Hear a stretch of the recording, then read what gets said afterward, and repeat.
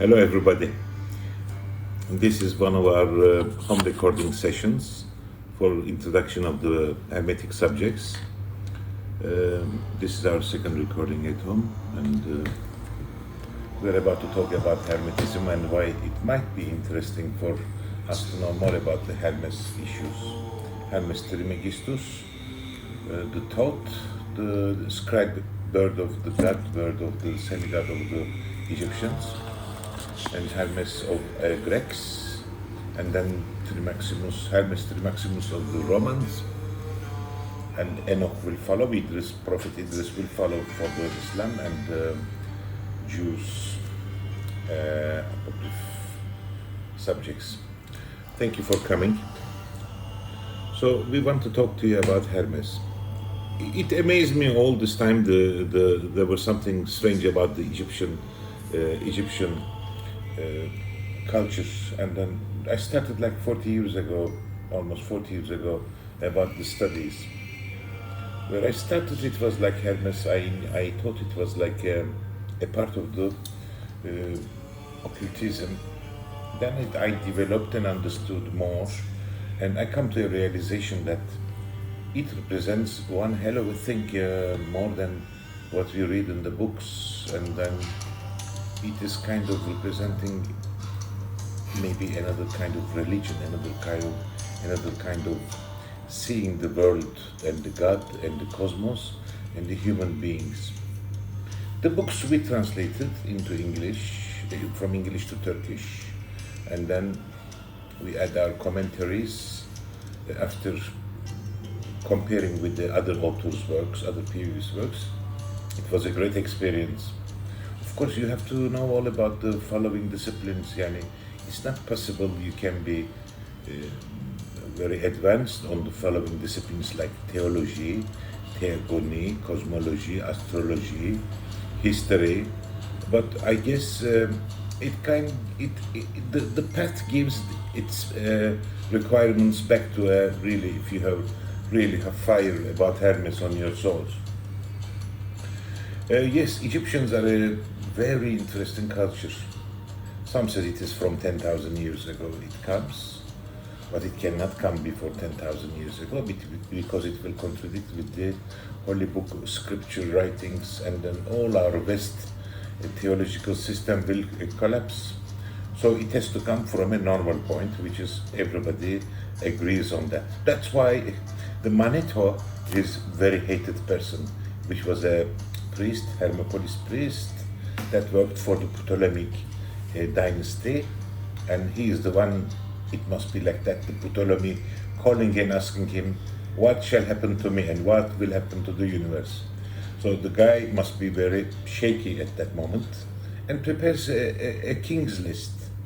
In this king's list, he prepares the beginning of the history from so many gods and semi-gods acting as the kings of Egypt. And automatically this raises a question. I am sure Ptolemy, this is the general of the Alexander on their return, as you know, a little bit of history, that the Egypt province given to him among the generals. So the Ptolemy must have looked at this king list, and I am sure he did not understand anything, because they're listed all the known mythological gods of the Egypt. Anyway, very soon Ptolemy should be deciding about trying to prevent this confusion, and he tries to promote, I should say is the better word, the rest of the Egyptian religion into a Serapis mysteries and the Serapis religion, and diffuse it on the Middle East and around the provinces around the Mediterranean Sea. Anyway, Hermes is the guy who wrote the Hermatıca Secrets. These scriptures come to us from the walls of the temples. They've been recorded from hieroglyphs to Greek, from Greek to Latin, Latin to Europe, and now we have all these bits and pieces. there is the issue of the transcripts issue about the Hermetic scriptures. So the first thing is we question authenticity of the scriptures. So many researches about whether these scriptures were correct or not just discusses in the academic platforms these issues. And then among them, one of them is very remarkable. I think first Boyden and then after Fowden. Mr. Fowden's research is in his book about Egyptian thought or Egyptian Hermes, something like that. I don't have the full name in my mind now. He mentions about on one paragraph a communication between two transcript persons. One of them in Alexandria, one of them in Constantinople that time, which is known as Istanbul. And the guy writes in one of the documents that he's sending to Constantinople, by the way, these are not Hammadi scriptures, I think. I don't know, he not mentioned, I forgot, but 1945. So there is a recording like this in one of the manuscripts. The gentleman, the religious gentleman in Alexandria finding one document, and behind it, it is writing to the person in Constantinople, which is a patriarch, most probably. There is too many of these, where these are coming from. I am sure you have it all, but is mentioning like, I will be sending you more of these, don't worry. And all about Loyos doctrine. This is Hermes religion as it must be. It is such that this doctrine of Hermes, there is the metaphysic part of the Hermes doctrine, must known as Loyos doctrine. Why I am saying Loyos? I am not saying Logos, because even the people like Walter Scott and other translators from Greek scriptures, or even the Greek scriptures himself, they wouldn't know the meaning of this very special word, loyos. So there is a common sense of understanding and acceptance that it should be known as logos doctrine, loyos doctrine. In fact, Mr. Scott, in rest of his book, Mr. Scott's book is a 4-volume book, by the way. He starts in end of 1899, 1890s, and by the time it is published, 1920, when he is dead, Mr. Griffith, his helping assistant, Professor Griffith, was helping him with a group of people, I am understanding from the books, and they publish his books. So Mr. Scott, on the deep notes, complains about the difficulty of transcripting this old Greek writing.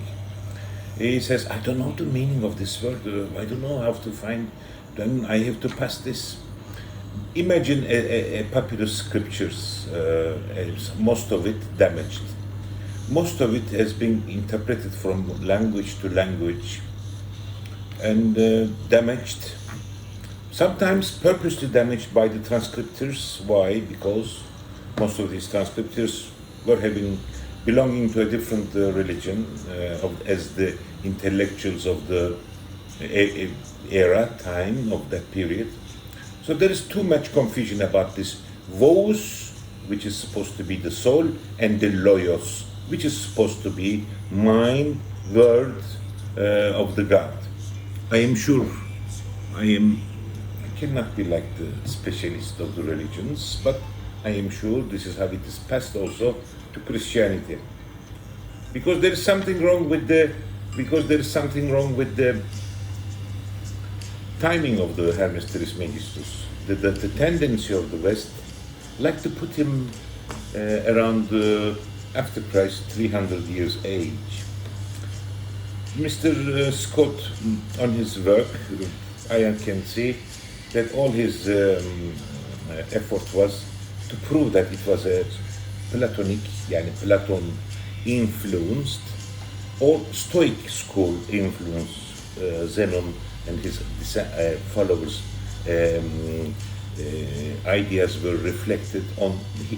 They have found too much of these, and their opinion that these books were heavily influenced from Plato. But then there is another problem. I don't know how to pass this problem. Platon lived in like 350 before the Christ, and go to Egypt to learn, and he took some education there. Same goes for Pythagoras, same this, same that. Not only that, but when you open and look at the Platon's works, like Phaedrus or other works, and when you compare it, when you go back and compare it with the Hermes, you don't feel it matches 100%. It's different. Platon's work, I can describe this feeling like that, where the Hermes starts from the 0 point and goes slowly, all the details, how the craftsman God has created the world, and how he created his sun, and then the vows, and then 7 planets, But this comes different than the Platon's work. Platon's work comes, imagine there is a high school graduate, yani it comes with the precision of the details. Yani on this book, Platon knows everything. Anyway, knowing the Egyptian theology and then trying to understand the Egyptian theology and mythology and how they see the world and the understanding of monist God approach, one can say that it is a continuation of the Egyptian theology. All the levels of incarnations of the godly forces coming to the world from the supreme point to the world, we can say that whoever have done this translation from Egyptian hieroglyphs or Egyptian religion to this language of the Greeks have done a good job. At least it has survived all these years back to our time. Why it is important for a modern man to understand what it is? Because it represents all the occult and the heretic, what it is called, views about the religion. For example, we have so many sects like Cathars in Christianity, or some other sects in the Jewish religion, or even in the Islamic approach. We have so many side approaches of understanding, a different understanding than how the general part of the religion is being understood. So this is maybe the reason where all these heretic classified informations are coming from, because there's a big difference between what we consider the religion, the West, and what Egyptians have been considering the religion understanding. In Egypt, in what Hermes has been saying, there is one supreme God. Yes, knowing the Egyptian religion details, the creation comes from all the provinces from one point, and then what mentions in the Hermes books, like the water elements, 4 elements are being created, and they have got fusion, and other elements are being created, 7 planets and 7 fire element based planets, and the souls with the planets are being created, and then the creation starts. There is a difference between the understanding of this Hermes religion and or movement, I should say. This is the first issue, with our time of understanding religion, which is with the God is everywhere, and God is the total of what He created, and in every part of what He created, it is inside that particle or element that He created. So the total universe is a work of a craftsman God. Before there is no God, after there is no God, everything in His mind. Human beings cannot understand Him. The only thing what a human being can do is being a believer, looking at the manifestation of God, the creation of God, looking up with his mind, seeing all the universe around him, appreciating the God presence in everything, and his masterwork. This is how Hermes puts the presence of human beings in the world and the duty. If the God is everywhere, so it's a part of the human beings also a God. That's what he tries to make us to find at the end of his scriptures. These scriptures, like Corpus Hermeticum, differs slightly from Asclepius. Asclepius part differs from the Stobaeus part, and the latest finding of Nag Hammadi, 1945, it differs all.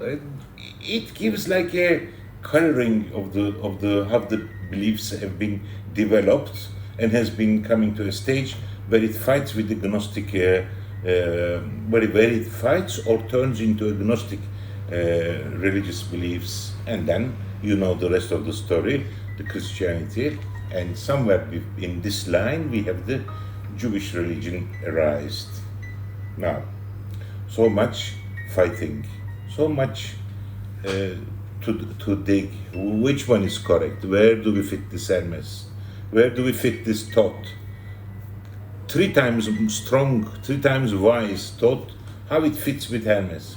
So this is what we were trying to put it up in the following chapters. Maybe I forgot to say to you, from the temples, it's not written into Greek, it's written into several forms of Egyptian languages, like Hieratic, and then it passed to Greek, and then it passed to Latin by Marsilius Ficino, as I was telling on the other programs. This is what we will do on the following programs. My name is Levent Lütfi Sevsevil. I am calling you from Istanbul. I'm preparing these, and with small bits, in a way that we can all understand. We will try to understand what happened to Hermes, why we neglected this Hermes, why no religious people wants to know Hermes, what is his oracles, what happened to Egypt, who was right. So this is all about what my videos are. My compliments. Thank you for watching. I hope you watch my